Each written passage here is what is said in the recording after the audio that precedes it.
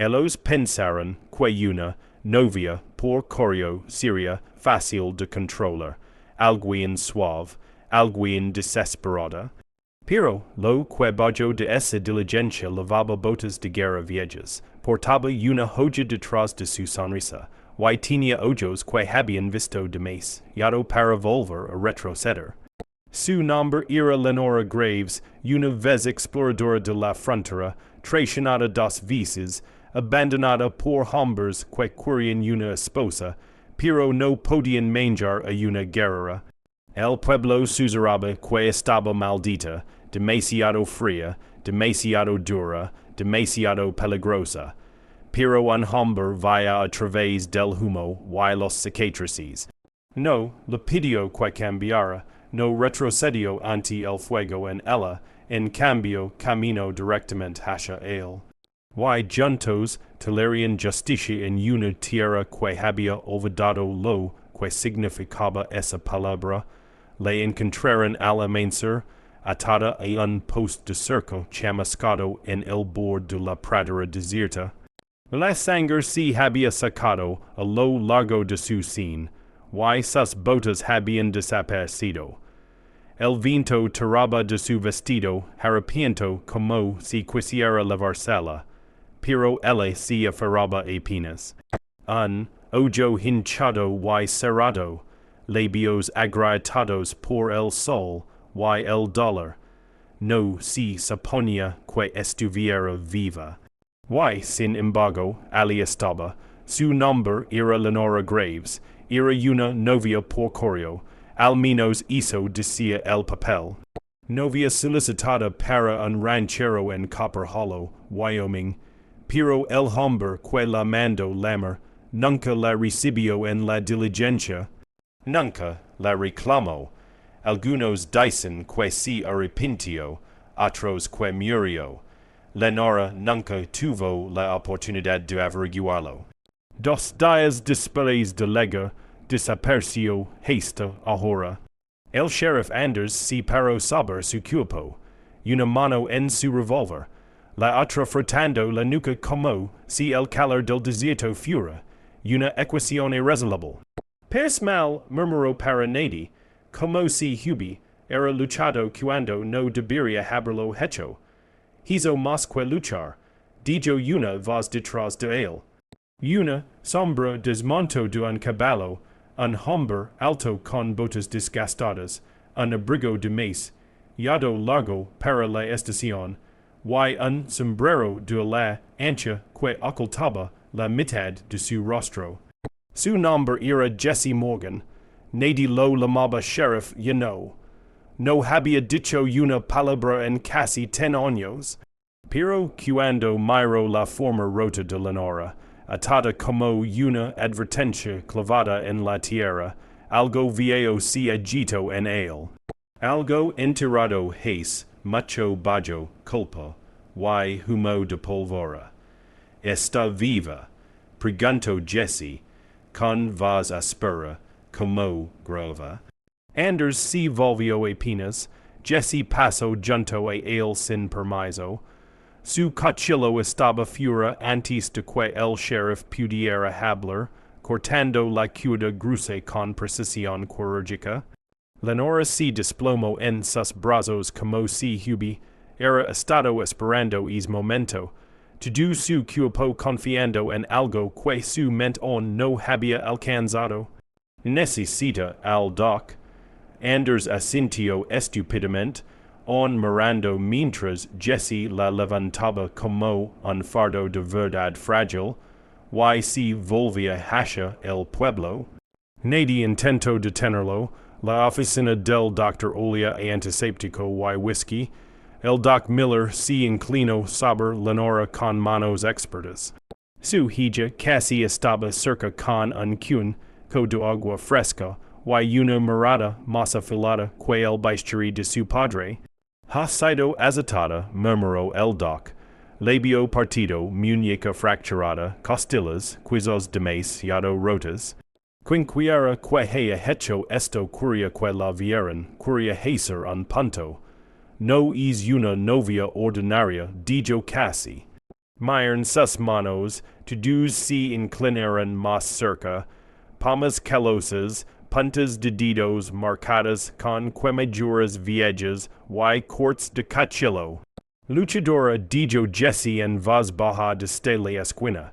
El Doc Miller lo miro sorprendido, la conoces. Jesse nigo con la cabeza, pero algo en sus ojos decía lo contrario. Lenora despertó esa noche, dando como si hubiera salido a guerras de la oscuridad. Intento sentarse, lo lamento inmediatamente. El dolor ligo como un trueno, fácil, suzero casi, estás a salvo ahora. El doctor remendo lo medio puedo, Lenora giro la cabeza, a través de la niebla, lo vaya, Jesse sentado junto a la ventana, talando algo de un trozo de pino, sin mirarla, sin hacer preguntas. Solo observando, tu fuiste el que cru en la cerca. Jesse no respondió, solo asintió una vez. Lenora lo miro fijamente, ojos vidriosos pero ardientes. Didron que era demasiado, didron que hablaba demasiado alto, montaba demasiado bien, disparable más recto que sus chicos. Mi llamaron mentirosa, ladrona, una su voz si quebró, pero no por lágrimas, por rabia. Enterré a tres hermanos, dijo. Que ve los tumbas yo misma. Luego firmé esa maldita carta, y vine aquí pensando que quizás podría ser alguien más. Jesse finalmente la miró, lo dijo, a fura, una tormenta rodo sobre copper hollow. Adentro, una chica que había sido desechada encontró su primer aliento de verdad. Y el hombre que la salvó recordó lo que significaba luchar, no con armas, sino con propósito. Lenora Graves no recordaba haber dormido. El dolor aún se aferraba a sus costillas como alambre de púas. Y cada aliento raspaba contra los mortones pintados en su piel. Pero algo era diferente, no era el frío amargo de la tierra, ni el mordisco rígido de la cuerda. Era el live olor a humo de madera, y algo cálido bajo su mejilla. Cuando abrió los ojos, via vigas toscas taladas sobre su cabeza.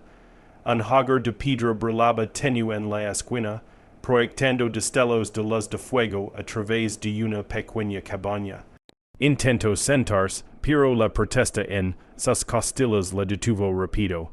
El movimiento atrajo la atención de la figura sentada al otro lado de la habitación. Hombros anchos, un abrigo desgastado en las costuras, y un rostro mayormente ensombrecido por un sombrero de la baja.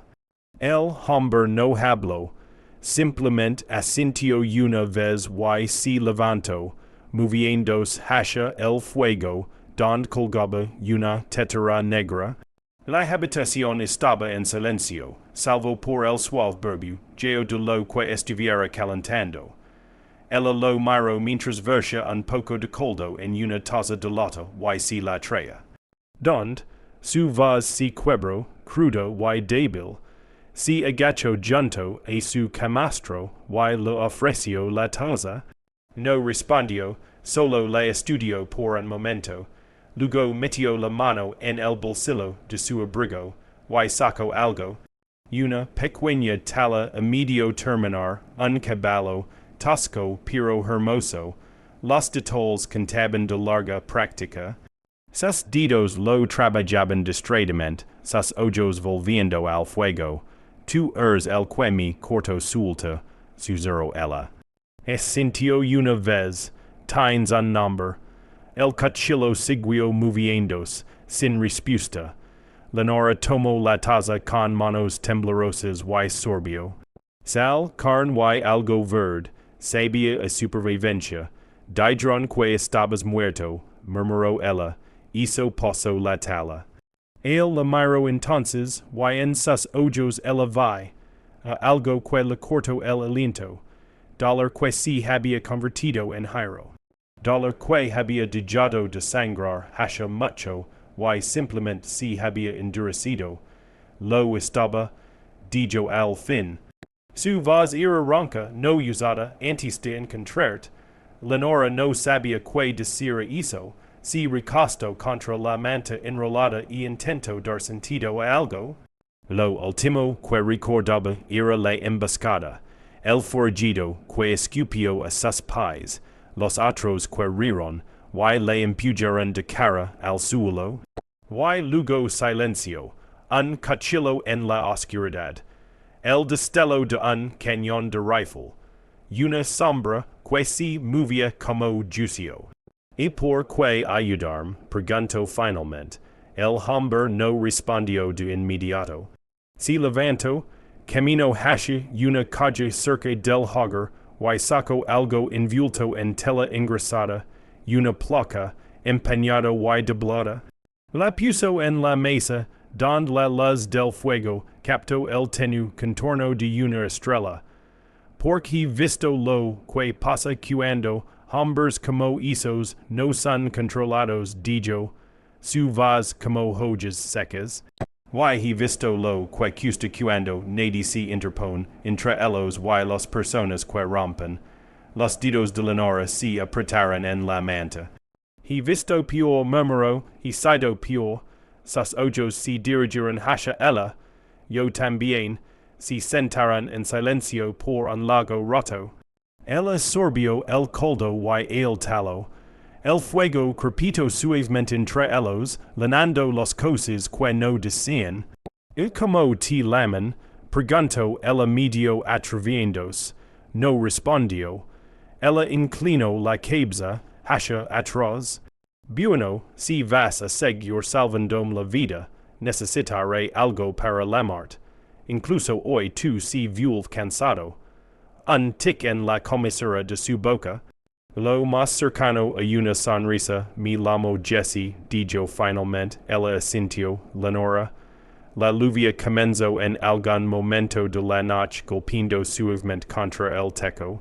En algún lugar lejano, el trueno retumbó como el último, aliento de algo muriendo. Y en una cabaña a miles del mundo que había intentado enterrarla, dos almas rotas se sentaron al otro lado del fuego. El silencio entre ellos, ya no afilado, sino suave, como el primer susurro de algo comenzando. Por la segunda mañana, Lenora podía caminar apenas. Jesse le había envuelto las costillas apretadamente con una mano experta. Y le dio un bastón talado de una rama torcida. Era casi demasiado suave, demasiado considerado para un hombre que apenas hablaba. Lo usaba ahora para collar fuera de la cabaña, parpadeando contra la luz del sol de las tierras altas. Él olía pino y ni vieja. Su cabaña estaba sola en una cresta con vista a miles de tierra vacha de Wyoming, vasta, brutal y impresionante. Jesse estaba a unos metros alimentando troncos en un pozo de fuego medio cavado. Ella lo miró por un rato antes de preguntar, ¿vives aquí solo? No se volvió. Más seguro para ti o para ellos. No respondió. Solo colocó el último tronco, y se levantó limpiándose las manos. Sus mangas de camisa estaban enroladas, y mientras el viento tiraba del borde de su abrigo, ella captó un destello de plata debajo de la clavícula. Una vieja cicatriz larga y profunda. Fuiste la ley. Dijo ella en voz baja. No se movió, no lo negó. Reconozco la forma en que levas el peso. Esa placa en tu abrigo. He visto hombres enterrar las suyas. La tuya parece que la guardas para recordarte. Jesse finalmente se volvió y, algo en sus ojos hizo, que su aliento se detuviera. La guardó para recordar por qué DJ. Lenora lo siguió de vuelta adentro, cada paso un recordatorio de los mortones on cenando. Sobre la mesa había una bolsa de cuero que no había notado antes, desgastada pero cosida con cuidado. Dudo, ti importa. El asintio una vez y ella la abrió. Dentro había unos pocos papels doblados mapas, un viejo diario del ejército, y cerca del fondo una carta en tinta desfeda. La sacó con cuidado, su corazón se detuvo mientras leía. A quinquiera que encuentre esto, si alguien lo hace, fui una hija una vez, una hermana, y intenté ser fuerte cuando mi dijo que me casara con el capataz.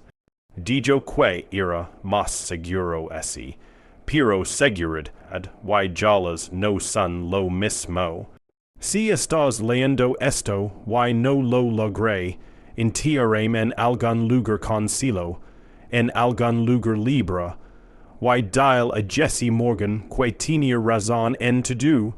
La firma al final era temblorosa, Lenora miró hacia arriba bruscamente, Jesse estaba en la puerta, mirándola con una que era más que silencio.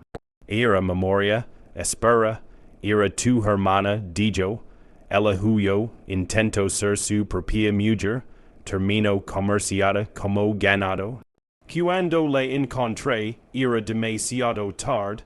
Lenora trajo el nudo que subía en su garganta. Luché, maté por ella, maté por otros. Dijeron que perdí la mente, quizás lo hice. Pero cuando la placa se volvió contra lo que se suponía que debía aprovechar, yo también me volví contra ella. Camino a la mesa, tomó la carta, y la dobló con cuidado. Me recuerdas a ella. La lucha en tus ojos, el dolor que leves como armadura. Lenora sostuvo su mirada. Y tú me recuerdas al tipo de hombre en el que nadie creía. Parpadeó ante eso una vez, luego miró hacia otro lado.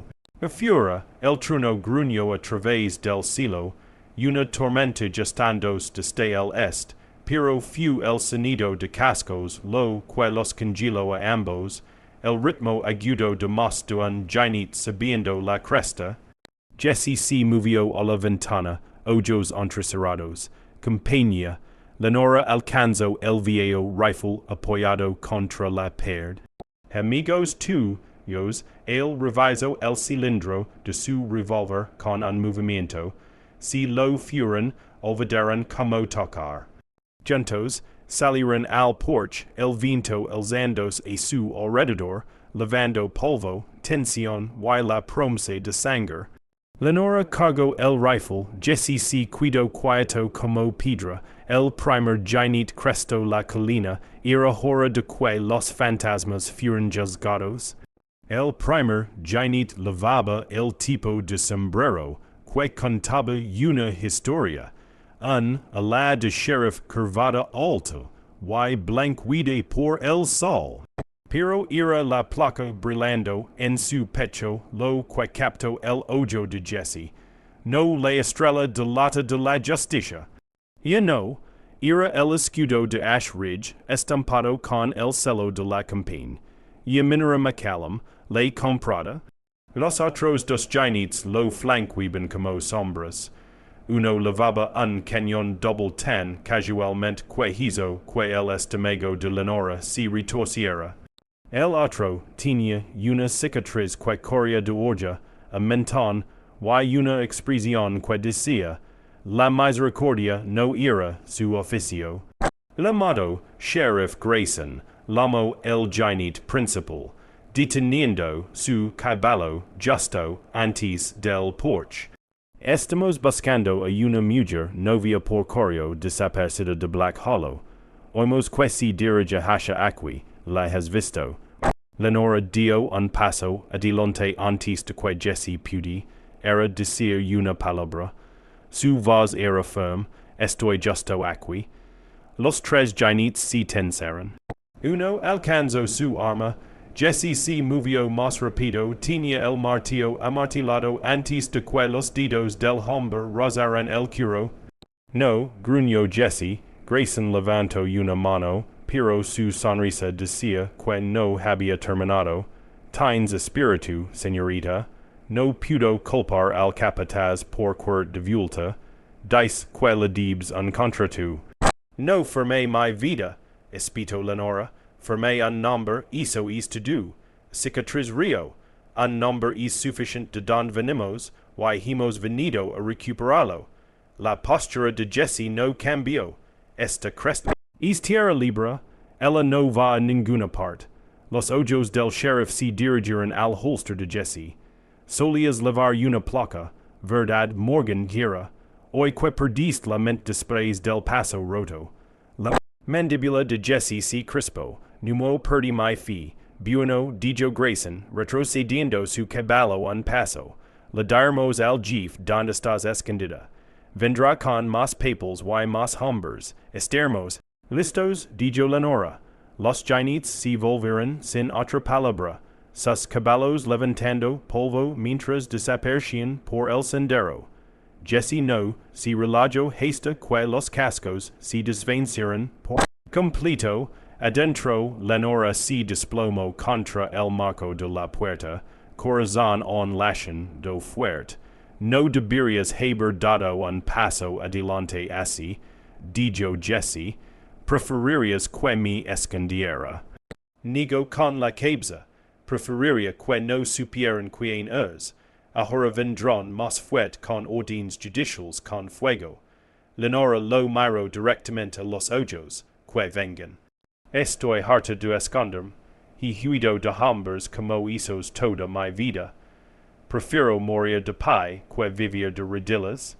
Algo en él cambió entonces, no exactamente una sonrisa, sino algo más cálido que el hilo que usualmente levaba. Quemarán este lugar, dijo en voz baja. Entonces construiremos algo mejor de las cenizas. Jesse asintió una vez. Entonces empecimos a prepararnos. Durante los siguientes 3 días, cavaron trincheras, reforzaron la cabaña, acumularon madera y agua. Lenora practicó con el rifle, hasta que su hombro dolió y sus costillas magalotas gritaron. Una noche, mientras el fuego crepitaba bajo y el trueno retumbaba a lo lejos, Jesse le entregó un pequeño fardo de tela. Ella lo abrió lentamente. Dentro, un caballo de madera talado, tosco, fuerte, y en la silla, una diminuta figura sosteniendo un rifle. Ella lo miró atónita. Solía hacerlos para mi hermana, dijo Jesse. Pensé que era hora de que tuvieras uno también. Lenora lo sostuvo suavemente como si pudiera romperse. ¿Por qué? No respondió, solo miró al fuego. A fura, un rayo partió el cielo, y en el viento vino el sonido distante de jinetes dosnos duelos. La montaña estaba a punto de arder, y ellos estaban listos. Vinieron justo después del atardecer. 12 jinetes primero, luego más, filtrándose a través de los árboles como fantasmas. La compañía minera McCallum había enviado su respuesta a la defiance. Un pequeño ejército vestido con gabardinas y silencio pagado. Algunos llevaban placas falsas, otros antorchas. Lenora estaba en la ventana de la cabaña, su rifle ya cargado, su aliento firme. Jesse estaba a su lado, revólveres gemelos en sus caderas, su largo abrigo flotando con cada movimiento del viento. Piensen que esto aún es sobre propiedad, murmuró ella. La voz de Jesse era Jairo. Están a punto de aprender que es sobre personas. La primera antorcha arqueó a través del cielo. Golpeó el cobertizo de madera detrás de la cabaña, y estaló en lomas, enviando quispes espiralando hacia arriba. Otra aterrizó cerca del corral. Los caballos se espantaron, relinchando en terror. Espera, susurró Jesse, su mano descansando en su hombro. Oh no, los jinetes rodaron, envalentanados por el fuego y los humos. Su líder, Grayson, troto adelante bajo el falso estandarte de negociación. Última oportunidad, Lamo, envíenla o quemamos toda la maldita cresta. Lenora salió al porche, rifle en mano. Vengan a tomarme, Grayson sonrió. Esperaba que Didras hizo. Detrás de él, rifles se alzaron, pero Jesse fue más rápido. Un disparo crujió a través del air. El sombrero de Grayson voló de su cabeza. Balar, rozando apenas pulgadas sobre su cuero cabeludo. El siguiente no es una advertencia, gruñó Jesse, saliendo a la luz del fuego. Piensas que una placa te hace ley, la verdadera ley protege a la gente. Grayson escupió al suelo. Solo un viejo fantasma con un tiro rápido. Los ojos de Jesse ardieron. Estás parado en su tumba. Dispararon primero. La cresta explotó en caos. Disparos iluminaron los árboles. Llamas lamieron el granero. Humo se enroscó a través de los árboles. Como dedos buscando debilidad. Pero Lenora no flaqueó. Cada disparo que hizo tenía un nombre. Cada aliento era uno que había ganado a través de sangre y defiance. Bobby Turner y dos peones de rancho del pueblo se habían unido a ellos esa mañana, escondidos en la maleza con rifles de caza. Ahora abrieron fuego, eliminando a los giants tratando de flanquear. La batalla rugió haste bien entrada la noche.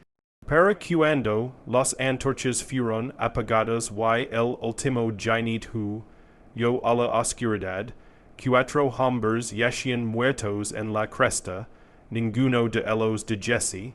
Lenora se arrodilló junto al porche, respirando fuerte. Humo en su cabello, lágrimas mezclándose con sudor. Jesse se agachó a su lado. ¿Estás bien? Ella asintió lentamente. Tú, miró hacia abajo a una herida en su lado. Rezado, nada profundo, se sentaron en silencio por un largo momento, escuchando el viento. Vendrán más, dijo ella al fin. Lo sé, miró al granero ardiendo, luego devuelto a él. Alguna vez piensas en solia, admitió Jesse. Pero porque la miro ojos suavizandos, porque algo aquí por lo que veo la pena quedarse. No habló, solo metió la mano en su abrigo y sacó el caballo de madera. Su diminuto giant miraba adelante, sin cambiar, pero las manos que lo sostenían habían cambiado. La mañana ligó tras el humo y el silencio. El granero se había ido. Costillas ennegrecidas de madera, humiendo a la luz. La cabaña estaba de pie, marcada, pero inquebrantable. Lenora se sentó en los escalones del porche, su mano vendada envuelta alrededor de una taza de lata de café. Jesse estaba cerca, mirando el sendero desaparecer en los pinos. No había dicho una palabra desde justo antes del amanecer. No necesitaba, porque los lejos podían verlos. Giants, no una pandilla esta vez, no los mercenarios sin rostro del bolsillo de McCallum. Esto era algo más lento, más agudo, botas desgastadas, silencio legal, alguaciles de tres de ellos cabalgando bajo un estandarte limpio, portando el celo del gobernador. Desmontaron con precisión tranquila, ojos esquinando la escena. Uno se arrodilló junto al naufragio quemado. Otro estudió los casquillos de bala esparcidos alrededor del porche. El tercero, un alguacil mayor con barba blanca y mirada firme, se acercó a ellos. ¿Y tú, Jesse Morgan? Preguntó. Jesse no respondió, solo asintió una vez.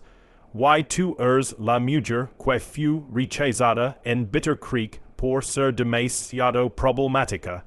Lenora se levantó, supongo que hizo nos hace dos. El rostro del alguacil no cambió, Piro sus ojos si calentaren. Hemos estado rastrindo el rastro de corrupción de Macallum por meses, lo que hicieron aquí nos obligó a actuar. Testimonios de sobrevivencia, libros de contabilidad, quemados recuperados de granero, gobernadores enviando refusos. Ella levantó una ceja, entonces la ley finalmente está alcanzando.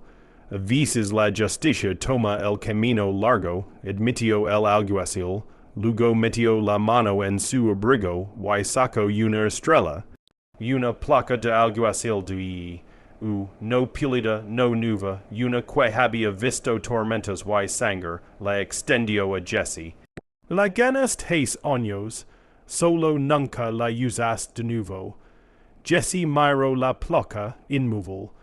DJ de ser alguacil cuando la gente que juré prot ya fue enterrada con esa placa. El alguacil miró a Lenora, luego devuelto a él. Entonces quizás es hora de que alguien la use por las razones correctas. Jesse no se movió, pero Lenora dio un paso adelante, su voz calmada. Claro, entonces démosle a mí, el viejo hombre de ley parpadeó. Señora, lucho más duro que cualquier hombre que he visto. Dijo Jesse suavemente detrás de ella. No retrocedió cuando vinieron por ella o por mí. El alguacil la estudió por un largo momento, luego lentamente se la entregó.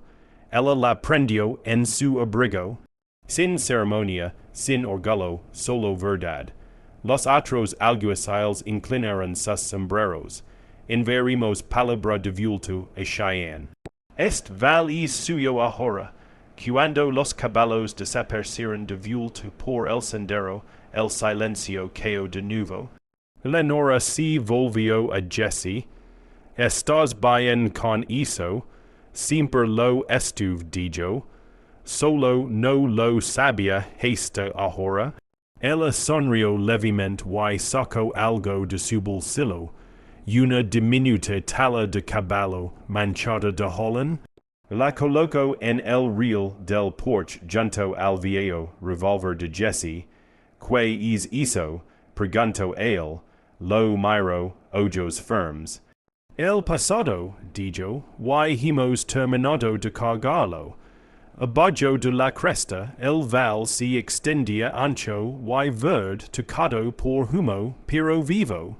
Un nuevo viento sopló a través de los árboles, y por primera vez en años, Jesse Morgan respiró profundo. Estaban lado a lado, no como fugitivos, no como sobrevivientes, sino como la ley. No solo la ley de una placa, sino la ley de aquellos que habían luchado por algo mejor y elegido quedarse. Lenora tocó la estrella prendida en su pecho. Listo, preguntó Jesse, asintió una vez, entonces cabalgamos, y lo hicieron, 2 salutos contra el sol naciente, por un sendero que finalmente les pertenecía. Un sendero ya no atormentado por el pasado, sino iluminado por la promesa de todo, lo que aún estaba por venir. Y así, a través de estas tierras implacables, otra historia se aleja con el viento. Si este courage tranquilo, este corazón obstinado te tocó de alguna manera, deja unlike, compartas pensamientos en los comentarios, y pasa esta historia a alguien que la necesite. No olvides suscribir por aquí a fura, on hay tantas verdades por contar, cada una telada de dólar, esperanza y polvo.